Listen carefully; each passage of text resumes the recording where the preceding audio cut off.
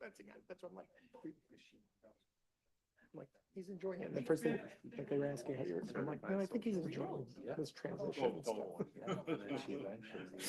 And like, it looked like it, so. Bruce says hi, by the way. Oh, you know, I got a training. We had coffee. We've been playing tag for like months and finally had coffee. Do you travel a lot or? Not necessarily, well, I don't know. He's going to his family. There's the down in grand Florida, I guess, entrance. for next week or something. Yeah, for next I week or just said I something. hope Jack makes his great But, entrance no, again. I don't know. Well, I have more of that. Better. But we were thinking There's so that we should do a joint dinner. There you go. And Ms. Mellenbeck, we're ready. Spouse. Good evening, everyone, and welcome to this meeting. So sorry. Good evening and welcome to this meeting of the Board of Education of Glenbrook High School District 225. We'll start with a roll call. Ms. Smith? Mr. Downing, Here. Mr. Glowacki, Present. Mrs. Hope. Here. Ms. Mullenbeck. Here. Mr. O'Hara, Mr. Shine, Present. Dr. Steinberg, Here. 6 members present. Next up is approval of the agenda. Dr. Gravel, have there been any changes to the agenda since it was circulated? There have been no changes. In that case, could I have a motion, please, to approve the agenda? I move, we approve the agenda. Second. All in favor? Look Aye. at you. Any opposed? Motion carries. Next up is our superintendent report. Dr. Gravel. All right. Good evening, everyone. It's very exciting to see some of our students here for some recognitions. At this point, I'd like to invite Mrs. Hughes to the podium to introduce our first honorees. All right, so I'd like to welcome Mr. Todd Rubin and our student Sean Miles up to the podium with me. Oh. It'll just be a moment. Oh, we can pivot. if Why you'd don't we like. take an opportunity and welcome our second honoree? just kidding. Oh, Okay, welcome okay. back. No, we're going back to the first. All right, we'll start. Mr. Miles, come on over. Take 2. All right, I'd like to welcome Mr. Todd Rubin and our student Sean Miles up to the podium. Okay, so back in April, GBN Broadcasting, under the guidance of teacher and sponsor, Mr. Todd Rubin, submitted entries for award consideration from the Chicago Midwest chapter of the National Academy of Television Arts and Sciences. Nearly 1,700 entries were submitted nationwide across 28 categories to their various chapters, and GBN celebrated the top 5 recognition for over 14 different events at that Midwest chapter recognition. But one of those events, led by Alexa Hughes and Katie Serlin, who were then seniors and are now current graduates, and Sean Miles, who was then a senior and now then a junior and now a current senior, won a Crystal Pillar Award in the Public Affairs Community Service category for their piece, The Man in the Green and Gold Suit, the James Williams story, which made them eligible for national award consideration. For those of you who may not be aware, the broadcasting piece shares the personal story and celebrates the current work of a GBN graduate, alum, and continuing supporter, Mr. James Williams. You have undoubtedly seen or met James through his work with our Booster Club, our fine arts organizations, and in addition to some of the presence he's had here at our board meetings. The approximately 5 or 6 minute piece follows his journey as an individual with autism, specifically focusing on how James' support of GBN athletics, which was encouraged by his peers, fostered his own social development and sense of belonging within the GBN and wider community. So if you haven't watched it, please do. It's on YouTube. You can search for it, and it's a wonderful, wonderful documentary. But that was in April, and the recognition did not end there. So following their Crystal Pillar recognition at the Midwest event, Alexa, Katie, and Sean's work was forwarded, along with other top winners across the country, for national consideration. And at the end of November, the National Academy of Television Arts and Sciences announced the winners of the 2025 National Student Production Awards. GBN was thrilled to learn that The Man in the Green and Gold Suit won at the national level in the Public Affairs and Community service category, which marks the first national level win for GBN Broadcasting. This is one of the most prestigious honors a high school media program can receive, and it speaks volumes about the students' storytelling, technical ability, and dedication. We are all incredibly proud of them, what this recognition conveys about GBN, and our commitment to developing strong, thoughtful young journalists and filmmakers. So we've been working to coordinate a board meeting recognition for our students and graduates, which has taken a little bit of time coordinating schedules. And in the end, even though we couldn't find a perfect date, we could not wait any longer to share this recognition. So I wanted to just acknowledge those who are here today. We have Mr. Todd Rubin, our broadcasting teacher and sponsor, who are here with his children, Reese and Mac. We also have Sean Miles, our current senior, and his parents are here as well. Our graduates, Katie Serlin and Alexa Hughes, were not able to be present, but I do understand that some might be watching the live stream right now because I did share the link. And I also wanted to share that we extended an invitation to the star of the film, who was James Williams, who wasn't able to be here today because he is currently sharing his story by presenting at a conference in Tokyo. But we are very thankful because I believe James' parents are here. If you would just stand up.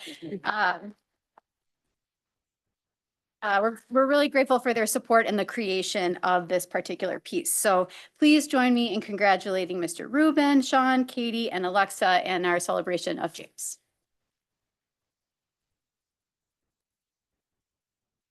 They brought the crystal pillars if you want to see. Oh. Yeah. Let's take an opportunity also to welcome up Mr. and Mrs. Williams. Why don't you come over? Let's get a picture of you with Sean and take an opportunity to celebrate from afar with James.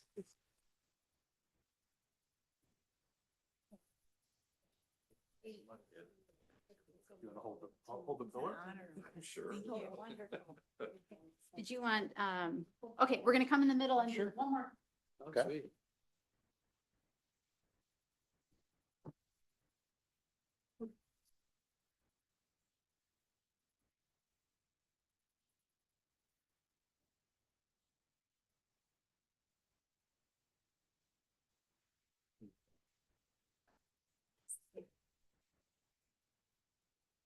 Perfect.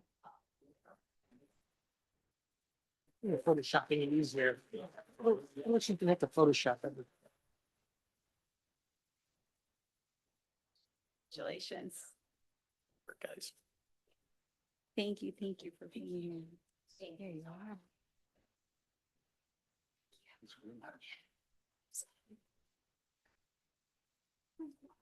All right, and we have one more additional recognition. So I'd like to invite Ariella Dobin and her coaches, Tom McGovern and Troy Ossie, to the podium, please. All right, so we are thrilled to celebrate the trailblazing achievement of Ariella Dobin, who is our first ever girls state wrestling champ. Ariella is familiar with the state podium as she also took second place at state last year. Her journey to the top of the podium is a testament to years of discipline, grit, and Spartan pride, and of course, being supported by a dedicated family, and her parents are here tonight as well.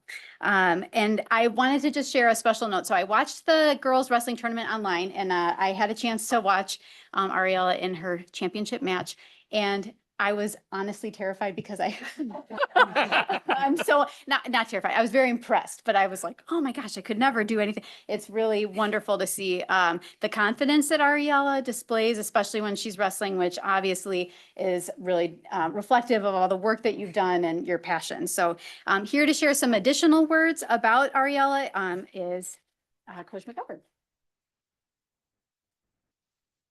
I have some notes here on my phone, so pardon me.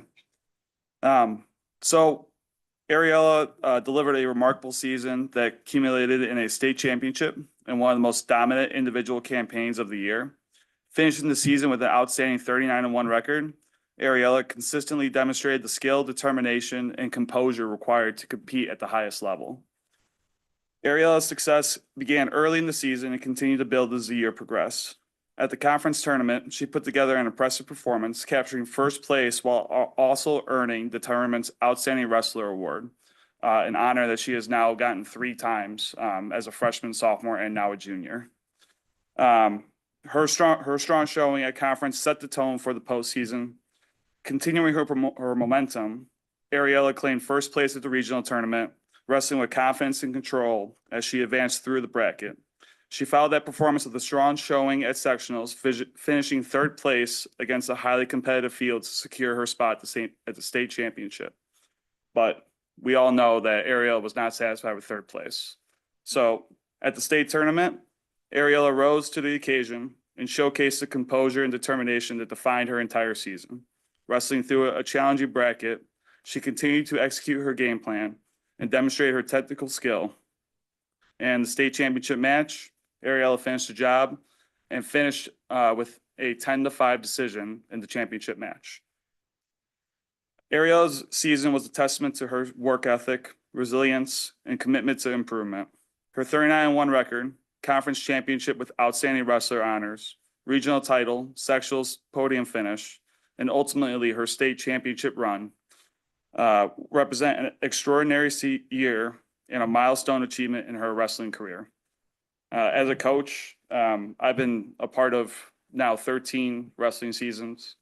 This was by far the most special, not just because it ended the year the way it did, but just seeing Ariella consistently overcome any challenges that overcame her. Started the year, she actually had shoulder surgery and needed to take some time to recover from that. And it took everything in our power to keep her off the mat while she was recovering. To a point where I'm confident that she was pulling a Michael Jordan and actually practicing on her own. But at the end of the day, it was that work ethic and that resilience that ultimately defines her. And as a coach, I couldn't be more proud of seeing her accomplish her goals that she set out.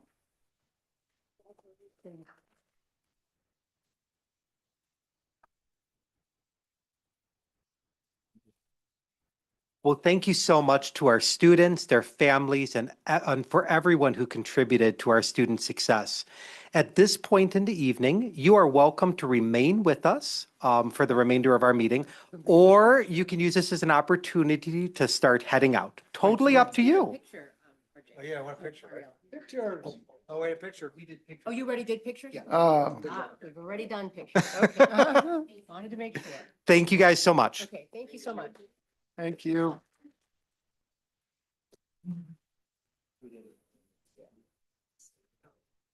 All right, as we continue through, I have two items that I'd like to share with the board.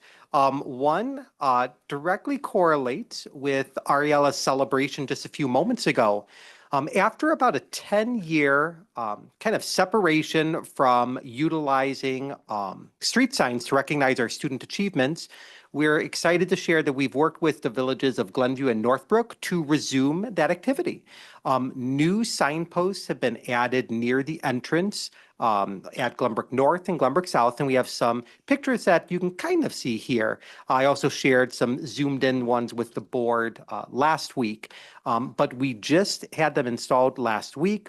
The first set of signs are up, and now moving forward, whether it's an individual student or a team of students who achieves a first, second, or third place finish in an IHSA sport or activity, will be adding a street sign. Our goal is to keep those street signs up for a year, and then as new ones come, we'll replace them kind of in chronological order. So it's as maybe not surprising as it may seem, we have 3 signposts, and they are nearly going to be filled by the end of next month, and we're not even done with the school year yet. So very exciting for all the wonderful things happening, and very grateful to the villages of Glenview and Northbrook for supporting our students and recognizing them. Our second topic goes back to the master facility plan. Last week, we had a whole number of student, staff, community member, and parent feedback sessions on the master facility plan. These sessions were focused on the stadium renovation projects. And I know we'll hear from some of our board members as we get into board reports. But one of the new things we started last week was gathering our students together at both Glenbrook North and Glenbrook South and asking them what they think. They had an opportunity to interact with the large displays of graphical renderings and designs of what we're looking at from a conceptual standpoint in the stadium. And they then had an opportunity to share their feedback. The feedback was submitted using a Google form.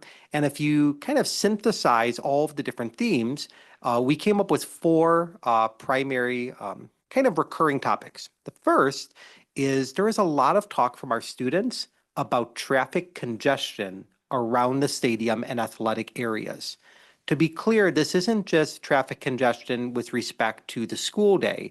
It was actually about when you're coming to an evening game or in the afternoon when there's multiple things going on. Maybe some are in the stadium, some are next to the stadium in ancillary fields. There's a variety of challenges that they brought up that had not actually been shared by any of the adult feedback we have gathered thus far, further emphasizing the benefit of hearing directly from our students. We also felt and heard their excitement about the addition of a pavilion at both Glenbrook North and Glenbrook South. Our students found that as a great way for them, maybe not only those who are going to the game to enjoy the contest on the field, but also enjoying an opportunity to interact with their peers in some casual seating areas. So they shared some good excitement about that. There was actually a good amount of discussion about storage. Our student athletes or activities or our band members who have traversed the different fields and outbuildings and found a lot of issues getting stuff to and from the building and also where it goes for temporary and permanent storage. And yes, there were a few comments about bathrooms. In particular, the excitement about having bathrooms that are available both inside the stadium and outside of the stadium. Again, for those separate fields that are in use just as much as the stadium, but don't always have some of those features. So just exciting to share that we are continuing to gather feedback. At this point, we have met with our parent booster clubs. We have met with staff, coaches, and some other community members. With that feedback and student feedback, we're moving into the next phase of developing some renderings, and we hope to share that information towards the end of April or beginning of May before it will formally come to the facilities committee to possibly lead to bid specifications. So great excitement there. And Ms. Mullenbeck, that concludes my report. Thank you, Dr. Gravel. We will then move on to board reports, and we have a number of board reports this evening. The first is regarding the Glenbrook South Booster Club meeting, and Mr. Glowacki and Mr. Shine will be reporting from that. And RJ, I think already hit a lot of it on the head. It was very enthusiastic. The group was very excited to see the initial sketches, but I think it was a very interactive session as well too. So Lauren and Kim will be putting together their feedback in terms of collecting what they saw. But initially just walking the room, very excited about the common areas to meet in, the focus on the bathrooms, the experience that we were coming at from this. And I think if any constructive feedback, they're looking for opportunities to still think a little bit more about what else can they contribute and do to help out with the project. Skip, I don't know if there's anything else you'd like to add. No, I think that, pretty much covers it. Bathrooms were obviously They were a hit. They were a big topic, and underneath the stadium, we were reminded that those areas are used not only for storage, but also for various changing of different kinds of uniforms, band, POMs, whatever, cheerleaders, and that they would appreciate it if we could, improve what's going on under the stadium seating. So it was nice to be part of something that was all kind of positive. It was a lot of energy. It's been a few decades since we really addressed this other than the turf itself. And so I think entrances are going to be a thing to work through also. Entrances, and then one other piece of feedback I received following our last Booster Club gathering was a recognition that rebuilding stadiums will require time when students are off the fields.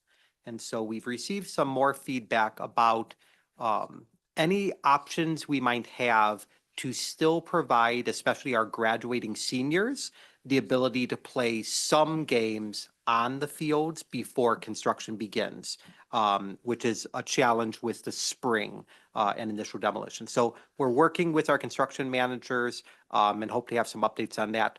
From an entrance standpoint, Glenbrook South has a large archway entrance that was built, I believe, back in 2013 or 14. And there's a desire to retain that while also building upon everything else that people would like. So we're working with the architects now to take that into consideration. Same thought with the concession stand, Mhm. incorporating that as that was part of a contribution or Mhm. part of it was contributed. Yep. Yeah, so the goal, just so everyone knows, we hope to retain all of those donated areas, which were the washrooms in both stadiums. And then at Glenbrook South was also the large stadium entrance. So we should be able to incorporate those. And really, it comes from the feedback that we're hearing from everyone. So keep the feedback coming. Okay, thank you. The next report will be from Dr. Steinberg, and that is from the Bilingual Parent Advisory Committee. Thank you. I attended, I don't know when, last week, Wednesday, nice meeting organized by Dr. Anderson and Mr. Britak. I think there were about 60 something parents, nice distribution in terms of you had almost like Mongolian, Korean, Russian, Ukrainian, Spanish, like a whole variety of languages and parents sitting together. I've seen something that sometimes we take for granted that what we have at the district. Parents had, every table had a set of headsets. So as the main presentation was being given by Mr. Britak, parents were getting live translation for a second. I thought this is like our mini UN. So people were getting the translation right away, which was very nice and very thoughtful. A lot of talk about a nice presentation in terms of reminding people how important it is to be in school. So, I guess policy is absenteeism, but it's more about being here and how impacts the impact of not being here. I was surprised. Did you ever mention this here? The difference between the absenteeism rate of students, every student versus, I don't want to call them, what is second language student. I don't want to call them international. Bilingual students, and there's a stark difference in terms of absenteeism. So I don't know the reasons, but it was interesting, at least for parents, to see it out there. I think it's important that we have to learn things, we have to see them first. So this was a topic of a conversation. Then people spread in groups by language. So I went to the one that I butchered the least, which is Spanish. So I met with the group, but I assume the conversations were very similar. Parents very committed on trying to help their students, their kids, and trying to make sure that their kids do well. Common topics, social emotional support, which is, I think, something that we are working. Lots of parents having questions, not knowing how to work with the system when they understand. I had teenagers, but these parents all have teenagers at home, and sometimes they don't know how to navigate through their ups and downs, and seeing how the school could help them. Interest in programming. I don't know if this is across all the demographics, but at least the group that I was there was kind of like surprised that their kids were not more involved into different programming. So nice conversations. It's nice, again, for parents to be supported by the school. I somehow I missed this because my wife was attending meetings so my kids were in school, but it's nice to have a school that gives so much support, not only to the students, but to the parents. So kudos to, again, Mr. Britak and Dr. Anderson, because it was a great program. Thank you, Dr. Steinberg. Our last report will be regarding the policy committee meeting, and I will share some highlights from that meeting. Very excited to say that after a lot of hard work and really digging into the entire policy manual, we have now gone through and worked with press to update and modernize the entire policy manual, except the legislature just keeps getting ahead of us. So although we have gone through, yeah, and the entire manual, Exactly. Before we can bring it to the board to address any questions and then hopefully get approval, we do have to have one last meeting to address the changes that have come through in the past year that we've been working on this project. So right now, we will, I don't think we have that scheduled yet, Dr. Johns, but that will be scheduled soon. Our goal is to share the revised manual with the board on April 13th, with the goal of adopting it on April 27th. Dr. Johns has taken the laboring oar with this project all along. And one last big task for him is that he will be preparing, or is preparing already, some highlights for the board of major changes. You know, a lot of these things are just bringing us up to date. Some of these policies were 20, 30 years old. Some things needed to be brought into alignment with new legislation. There's a whole panoply there. Dr. Johns will put it in a nice digestible format to make it easy for the board to see, you know, what the big changes are. And yeah, we're right where we want to be. One great thing to share is that moving forward with this new press platform, when we have these legislative updates coming down the pike constantly, we will be able to process them more quickly. It'll require a lot less board time, a lot less administrative time. It'll be just much more efficient. So this is really a huge step. And we really appreciate all the work that especially Dr. Johns has taken on this project. And we're really close, really close. Finish line is in sight. All right. That then takes us to the next item on our agenda, which is recognition of community visitors, but I do not think we have anyone signed up today. If ever you do have want to share any thoughts with us, you can send us an email, you can come speak with us, you can leave us a voicemail. We're happy to hear from you. That brings us then to our consent agenda.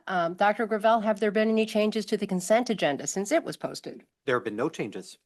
In that case, before I ask for a motion, did anyone have any comments on the consent agenda? In that case, can I have a motion to approve the consent agenda? I motion we approve the consent agenda. Mr. Downing, Yes. Mr. Glowacki, Yes. Mrs. Hope, Mr. Schein, Yes. Dr. Steinberg, Yes. Ms. Mullenbeck. Yes. Motion carries 6-0.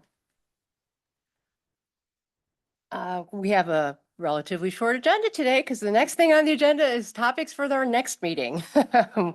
We know already that we will have policy coming up. No, that's not the next meeting. Is it the 13th? Policy manual, this was the meeting that's still to be scheduled. Okay. So we're looking forward to that. But actually, yes, the first draft We'll be at April will be at 13th. April 13th. That's our Okay, next put meeting. that on your calendars, It's quite some everybody. time away. Okay. We also, as a reminder, have a Just- communications committee meeting that evening, which should be on everyone's calendar. We'll send reminders out. And Dr. Patak and Ms. Tarver are working to schedule a finance committee to review a few different topics. We anticipate sending out a little poll to see people's availability, probably right after spring break.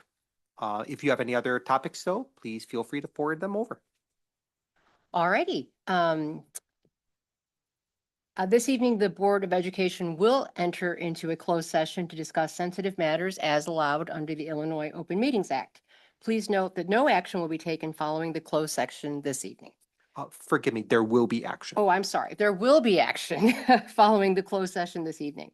At this time, I will entertain a motion to consider the appointment, employment, compensation, discipline, performance, or dismissal of specific employees of the public body or legal counsel for the public body, including hearing testimony on a complaint lodged against an employee of the public body or against legal counsel for the public body to determine its validity, and collective negotiating matters between the public body and its employees or their representatives, or deliberations concerning salary schedules for one or more classes of employees in accordance with sections 2C1 and 2 of the Open Meetings Act. Yes, good thing someone wrote that down for me. Can I have a motion, please? I move. Second. All in favor? Aye. Any opposed? Motion carries. I think we'll just go straight into closed. Right. Okay, thank you. come to a close. You're welcome to hang around for after closed session, but at this point, we'll ask you to head out of the room.